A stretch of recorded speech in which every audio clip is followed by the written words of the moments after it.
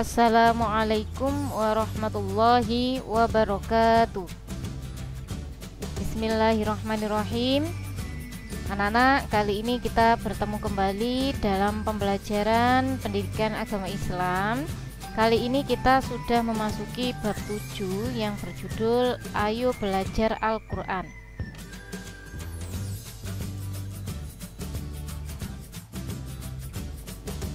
Dalam bab 7 ini ada beberapa subbab. Yang pertama adalah tentang lafadz Quran surat Al-Ikhlas. Saya bacakan, silakan anak-anak menirukan baik ayatnya maupun artinya. Terlebih dahulu saya membacakan ayatnya, kemudian anak-anak tirukan, dan ketika saya membacakan artinya, anak-anak juga ikut menirukan. Kita mulai dari bacaan ta'awudz terlebih dahulu. A'udzu billahi minasy syaithanir rajim. Bismillahirrahmanirrahim. Qul huwallahu ahad. Katakanlah, dialah Allah yang Maha Esa.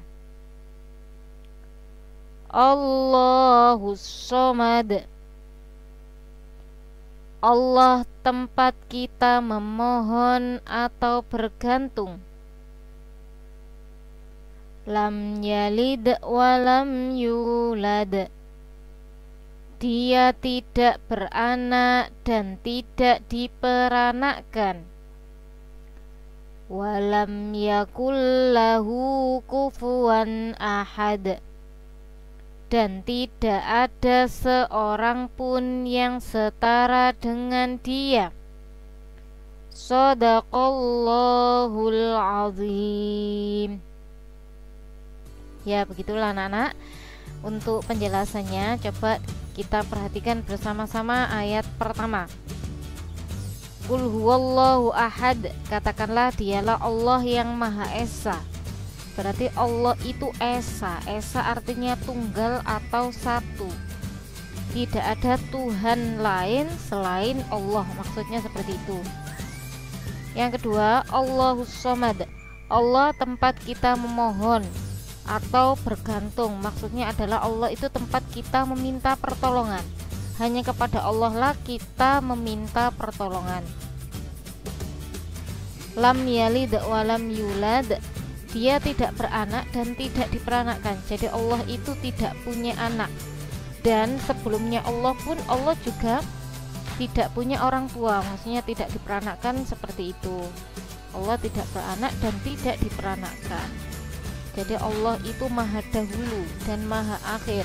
Tidak punya anak dan tidak punya orang tua. Walam yakul lahu kufuwan ahad. Dan tidak ada seorang pun yang setara dengan dia. Maksudnya setara ini menyerupai. Tidak ada seorang pun, seorang makhluk pun yang menyerupai Allah. Jadi Allah itu tidak bisa disamakan dengan makhluknya. Tidak sama dengan kita manusia, tidak sama dengan hewan, tumbuhan, langit, bumi, malaikat, jin, setan, dan lain sebagainya. Jadi Allah itu tidak ada sekutu baginya. Tidak ada yang menyerupai Allah. Tidak ada dari makhluk satupun yang sama dengan Allah.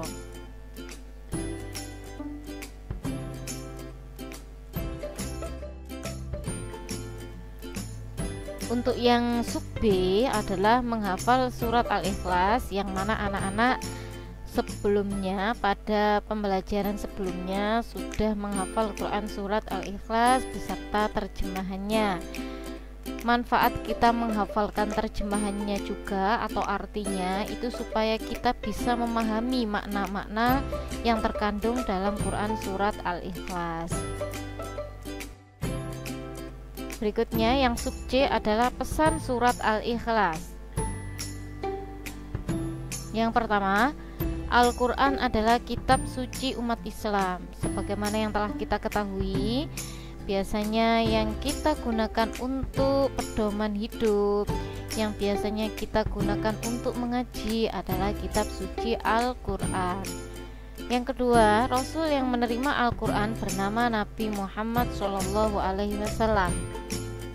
Yang ketiga, Nabi Muhammad SAW menerima wahyu kitab suci Al-Quran melalui malaikat Jibril. Jadi anak-anak, Allah menurunkan Al-Quran kepada Nabi Muhammad SAW itu melalui perantara. Jadi tidak langsung diturunkan kepada Nabi Muhammad, tetapi melalui perantara malaikat Jibril. Yang mana keempat ini, tujuan Al-Quran diturunkan ke dunia adalah sebagai petunjuk bagi manusia agar selamat di dunia dan di akhirat. Tujuan Allah menurunkan Al-Quran kepada manusia, kepada Nabi Muhammad, dan disampaikan kepada manusia, itu tujuannya adalah sebagai petunjuk bagi manusia itu sendiri agar selamat hidupnya di dunia dan di akhirat. Manfaat rajin membaca Al-Quran. Kalau anak-anak di rumah sering membaca Al-Quran, ikut mengaji, ya, itu ternyata kita membaca Al-Quran itu manfaatnya banyak sekali.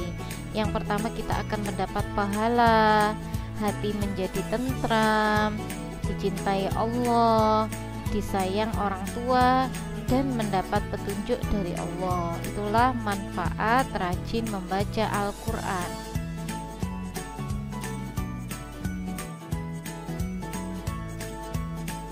Hal ini tentang surat Al-Ikhlasnya sendiri, yaitu surat Al-Ikhlas itu diturunkan di kota Mekah, terdiri dari 4 ayat tadi ya.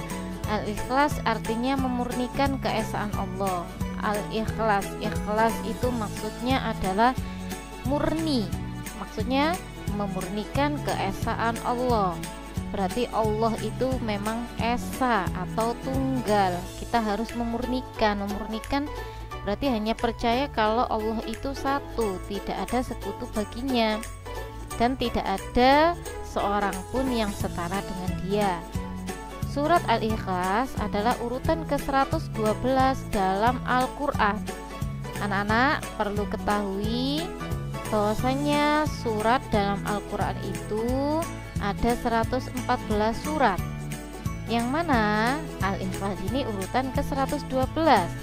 Sedangkan yang ke-113 nya apa setelahnya Al-Ikhlas? Kalau anak-anak membuka Al-Quran bagian akhir, setelah surat Al-Ikhlas itu ada Quran surat Al-Falaq, dan surat yang terakhir sendiri adalah Quran surat An-Nas. Ya, berarti itu urut-urutannya surat dalam Al-Quran. Berarti kalau Al-Ikhlas ini sudah mau surat yang terakhir, karena tinggal 2 lagi sudah selesai surat dalam Al-Quran. Yang ketujuh, pesan yang terkandung dalam surat Al-Ikhlas adalah kita harus beriman kepada Allah yang Maha Esa. Esa artinya satu atau tunggal, seperti yang tadi sudah saya terangkan. Kepada Allah kita meminta pertolongan. Yang ketiga, orang yang meminta kepada selain Allah disebut musyrik. Ini orangnya. Kalau perbuatannya, perbuatan kita yang meminta kepada selain Allah itu disebut syirik. Kalau perbuatannya syirik, sedangkan orangnya disebut musyrik. Alhamdulillahirrahmanirrahim. Itulah penjelasan dari saya tentang ayo membaca Al-Quran, yang mana dalam bab 7 ini dikhususkan pada Quran surat Al-Ikhlas.